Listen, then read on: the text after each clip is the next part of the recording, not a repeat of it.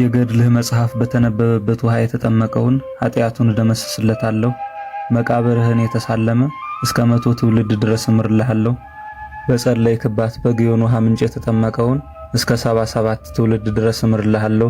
ከየትኛውም አይነት በሽታ እፈውስልሃለሁ።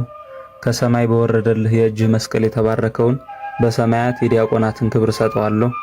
ለኔ ለባህርይ አባቴ ለአብና ለባህርይ ሕይወቴ ለመንፈስ ቅዱስ ከሚገባ ስግደትና ፍጥረታትን ከመፍጠር በስተቀር ምንም ያልሰጠው ነገር የለም ብሎ ጌታችን ቃል ኪዳን የገባላቸው ሕክምናው አስቸጋሪ በሆነው በእብድ ውሻ በሽታ የተለከፉ ሰዎችን በጠበላቸውና በእምነታቸው ፈጥነው የሚፈውሱ ከመካነ መቃብራቸው የሚወጣው የአፈር እምነት ተዝቆ የማያልቅና ለየትኛውም በሽታ መፍትሄ የሆነላቸው ስለ ንጽህናቸው 12 ክንፍ የተሰጣቸውና ከ24ቱ ካህናት ሰማይ ጋር የሥላሴን ዙፋን እያጠኑ የቅዱሳንን ጸሎት የሚያሳርጉ ትንባሆን ወይም ሲጋራን ማጨስ ታላቅ በደል መሆኑን ዙረው እንዲያስተምሩ የታዘዙ ዓለምን እንደ ቀለበት ከበው የያዙ ብሄሞትንና ሌዋታንን ጥርሳቸውን የቆጠሩ ከጌታችን የጵጵስና ሥልጣን የተሰጣቸው በቀድሞ ስማቸው ጸጋ ኢየሱስ የተባሉ ታላቁ ኢትዮጵያዊ ጻድቅ አቡነ ዘርዓ ቡሩክ ዛሬ ነሐሴ 27 ቀን ከእናታቸው ከማርያም ሞገሳና